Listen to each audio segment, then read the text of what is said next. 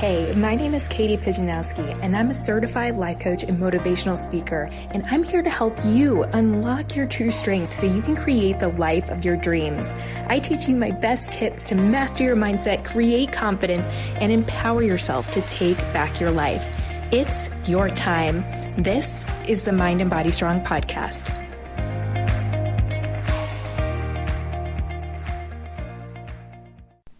Welcome back, my friends. I'm super excited to talk to you today because we are over 70 episodes of the Mind and Body Strong podcast. I just need to take a moment right now, just take a moment to celebrate that fact. I am so excited about what we've been able to create with this podcast as well as where we're going.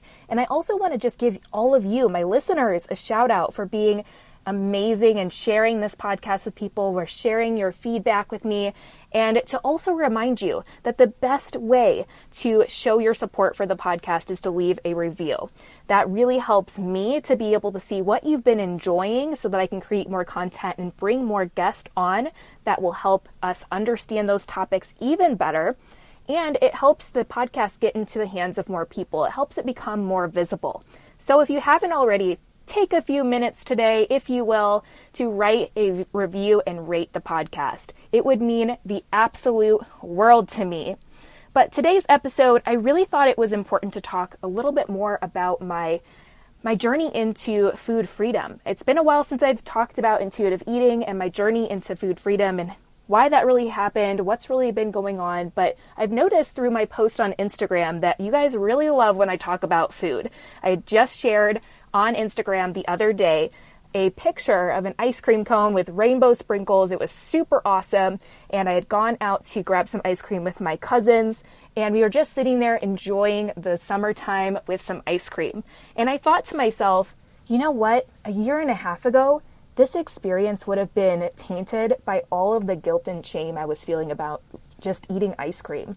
It would have been consumed with how many calories are in this, or what containers does this fit in, or am I going to have to work out more to burn this off today or tomorrow? And the experience of really connecting with my cousins and reconnecting with them since I hadn't seen them in a while really would have been destroyed by all of the mindset stuff that was going on around food at that time. So I wanted to give you guys a little walkthrough again of why I decided to go through with learning more about intuitive eating, how far I've come in the last year and a half, to really just showcase that food freedom and feeling ease around eating is possible for you too.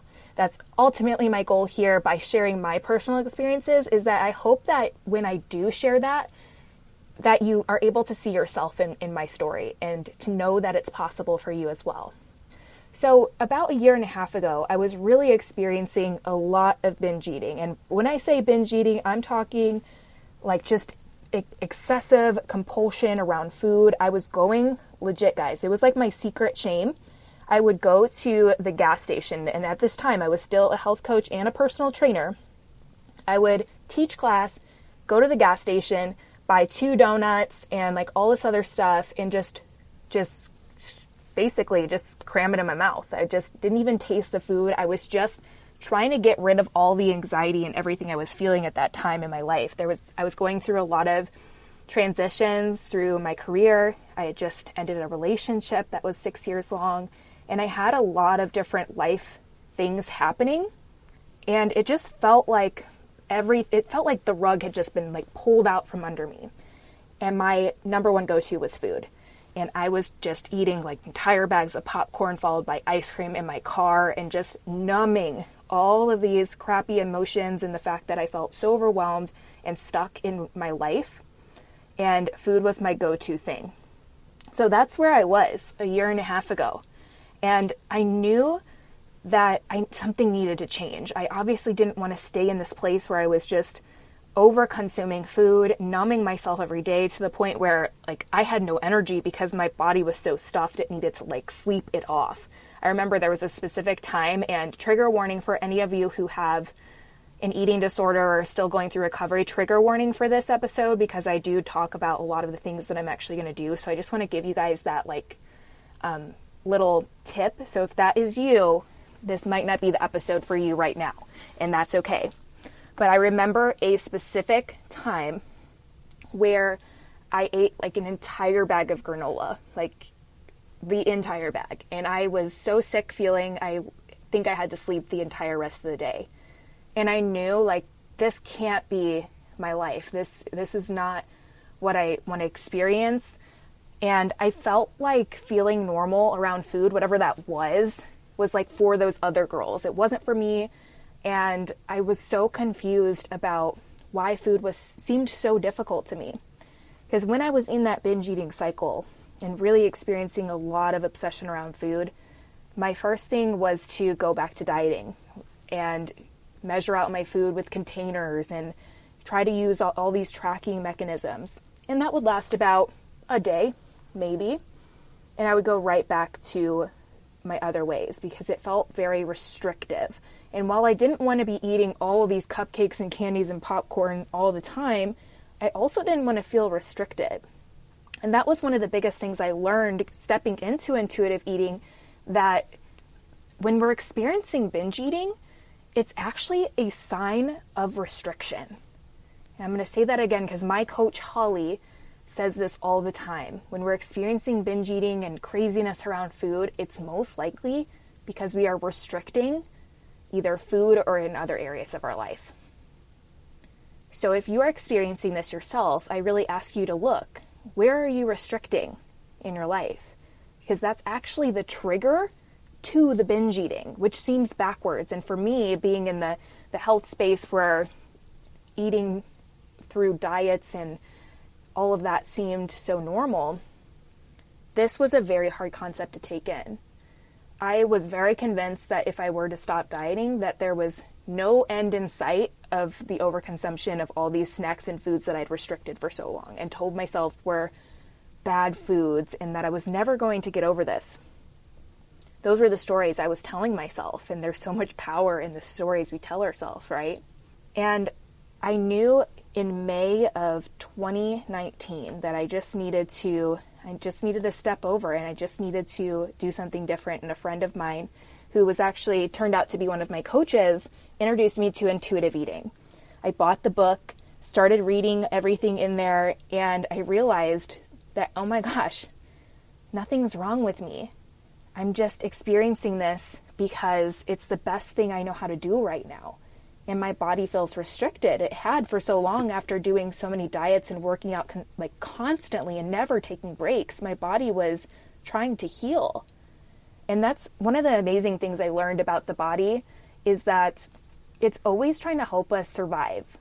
Even if it's like causing us pain in certain areas or like what seems like compulsive eating, it's always with this intention of like keeping us alive and surviving. That's always what our bodies are trying to do for us. So when I stepped into this intuitive eating space, I really had to shift my mind and start to thank my body for everything it was doing. That became one of my mantras every single day. Thank you, body, for everything that you're doing. Thank you for helping me heal. Thank you for helping me breathe every single day. Thank you for helping me walk and do things I love and hug people I love. And I started just affirming all of this gratitude that I had around my body, even before the binge eating stopped. But the biggest thing that helped stop the binge eating was eliminating restriction.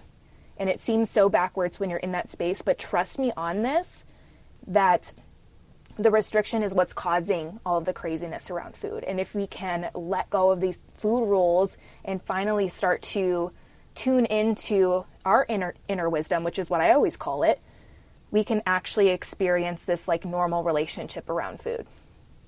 I used to never bring like snacks or candy or any of that stuff home because I was afraid I was going to eat it all because I'd done it before. But when I finally lifted those rules and started to explore what actually I liked and what felt good for me, it gave me the freedom and empowerment to choose these options for myself. And what I actually uncovered was a lot of these foods I was binge eating on, when I actually took the time to slow down and enjoy them, which is one of the first things I did, is a lot of the times when you're tackling binge eating, the first step is awareness, which means just slowing down, take a step back. It doesn't necessarily mean just stop binge eating all the foods today or tomorrow. That's not really how it works. But the awareness is built around, okay, here I am binge eating all these snacks. I wonder if I just slowed down and enjoyed this. Like, what would that feel like? Because oftentimes we're in that binge eating mindset. I know for me, at least, it was like this tunnel vision. Like, I couldn't see, hear, do anything. It was like I was just taken over by all these thoughts about food, and they didn't clear until the food was gone. And taking that step back to actually slow down and say, I can eat as much as I want. I can still eat this entire bag of popcorn, but I'm going to do it slowly and I'm going to enjoy it. That really helped me to step back and realize I don't actually like to eat this much. I'm like, maybe if I experimented with having this amount of popcorn and see how that feels. And I kept experimenting to see what felt good from my body. Anything that's trying to tell you how to eat or what to do with your body that's coming from the outside, whether it be fitness professionals or Instagram stuff you found online, all of that stuff is coming from the outside. But I truly believe now, knowing what I know about intuitive eating and knowing what I know about how I've been able to overcome binge eating, is that the only person who has that authority about your body and food is you. This episode of the Mind and Body Strong podcast is brought to you by my course, Binge No More, a self-paced course I created to help you overcome the obsession around food and experience ease with eating. I know when I was first starting my journey into overcoming binge eating and stepping into intuitive eating and finally pushing all that diet BS behind, I knew that there was so much going on. I felt very overwhelmed. So over the last 2 years, I've created a course to pack in all of the mindset tips, action steps, and strategies that I've personally used to help overcome binge eating, as well as walked many of my clients through. I've even added some fantastic bonuses in there for you, like surviving the holidays with intuitive eating and how to handle diet talk to help further your transformation. You, my friend, deserve to drop the drama and guilt around food and finally just start living a life of freedom. Imagine being able to be around your favorite snacks and not feel like you need to eat them all right there in that moment. I know for me, when I was starting out, that seemed like such a faraway task, but I know that if you are committed to finally ending this cycle of diet and binge, that this course, Binge No More, is going to help you get there. If this is you and you're ready to finally overcome the obsession around food, head to www.mindandbodystrong.com/binge no more to learn more about my course and how you can enroll today. Now, let's get back to the episode. And you're the only one who can make those decisions. A real coach around food and body allows you to tune into that wisdom yourself. They're not someone who gives you an exact meal plan and tells you exactly what to do. They guide you with questions to be able to open up your experience so that you can make empowered decisions yourself. And that's what I was able to do when I invested in coaching. And I remember being with one of my mentors and just opening up my view on food and how I was always staying to the safe foods. That's one of the things they talk about in the book is safe eating or something like that. You discover your what type of eater you are. And I realized that's a lot of what I was doing. I wasn't allowing myself to experience certain foods because I was afraid of wasting it. And if I bought it, I felt like I had to eat it all. Otherwise I was wasting money or I was wasting, resources. And it felt I felt a lot of guilt behind that. So one of the things that was in my experience was being able to let go of that and allow myself to enjoy foods and try different foods. And that included I remember after that session, I went to Sprouts, which is a grocery store that was in Texas. And I went around the store and bought things that I would never normally buy, but that looked really yummy and delicious. And I started kind of experimenting that way and seeing what actually felt good for my body and what was exciting. Because one of the things with intuitive eating too, is that you actually get to enjoy food. Isn't that weird? You get to actually enjoy and savor food. You are allowed to do that. It's actually part of the process. So I was able to go and experiment with all these different foods and really make the empowered choices for what felt good for me. And anytime I was experiencing a little chaos around food, I had to come back to where was I restricting? Where was I not allowing myself to experience certain foods? Where was I still holding on to guilt? Where was I still holding on to diet culture myths that had been programmed into my head since I was young, being around a mom who was always dieting? And I had to always come back to that place. And I'm telling you, when I first started intuitive eating, it was scary. I'd spent so many years around diet culture. I mean, it's everywhere you look. And once you become awakened to this, it's like you can't not see it. And for the past 3 years, I had really focused in on health and fitness companies that were very adamant about eating specific portions and doing specific things with your food that made me feel totally out of control when I wasn't following it.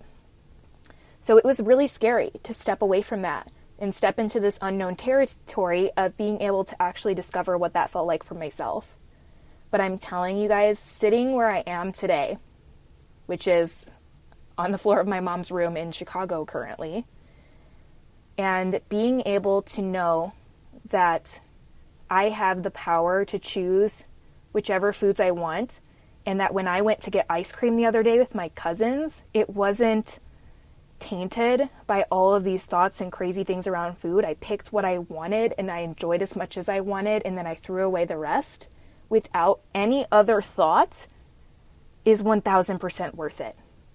One of my clients said it best when she said, I just feel like I have more headspace.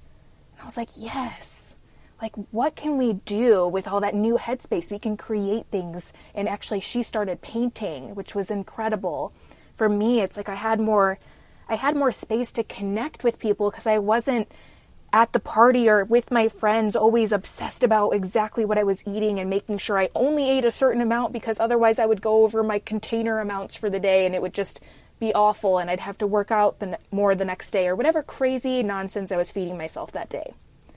I was able to finally let that go and actually look people in the eyes and connect with them and not have to always be worried about what I was eating. And that is such a gift. I know that wherever I go, I can make an empowered food decision for myself based on what I want or what feels good or something that just looks tasty that I want to try. And I know that I have the option to just try that and not feel like I need to eat the whole thing. I can try it, decide if I like it, get rid of the rest. And that was a really hard thing for me when I first started. And I'm so proud of myself a year and a half ago, because when I was in that place, I was so scared and I had no idea what I was doing. And I just jumped both feet in to figure this out, because I knew that if I was experiencing this, other women were too, other men were too. And I needed to overcome this for myself so that I could sit in this place where I'm at right now and tell you that it's possible, to tell you that there is light at the end of the tunnel and that you can be around your favorite foods and not feel like you need to eat them all, that you can enjoy your favorite treats whenever you want and not feel guilt around them, that you can learn new recipes and you don't have to worry about what's in them all the time. You actually get to make empowered choices now for yourself. And that is so, so worth it. So worth it.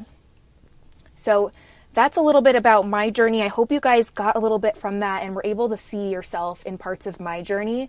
And I want to just offer you that it's possible for you to get there. One step at a time, you will be able to come through on the other side and experience ease with eating to where you never have to really think about it anymore. Like, I don't really think about food that much anymore. And I've done a lot of body image work too, to be able to reduce the amount of thoughts I have around food in my body so that I can actually use that headspace to create a lot of amazing stuff in the world and to help my clients advance their own journeys. And that is such a gift. Thank you guys for listening. I appreciate you so much, and I wish you all the best on your journeys. Reach out to me if you need support. I'm here for you. You can email me, katie@mindandbodystrong.com. You can Instagram me. Come find me on Instagram, where I talk about all the things, all the good stuff. I'm at Mind and Body Strong on Instagram. Come hang out with me. Let's get to know each other. All right, you guys, take care. Thanks for listening to this week's episode of the Mind and Body Strong podcast. You are what makes this movement and message possible. If you loved this episode, share it with a friend, a coworker, a family member, or take a screenshot and share it on your favorite social media platform and tag Mind and Body Strong. To learn more about coaching and courses to help you take your journey to the next level, visit mindandbodystrong.com.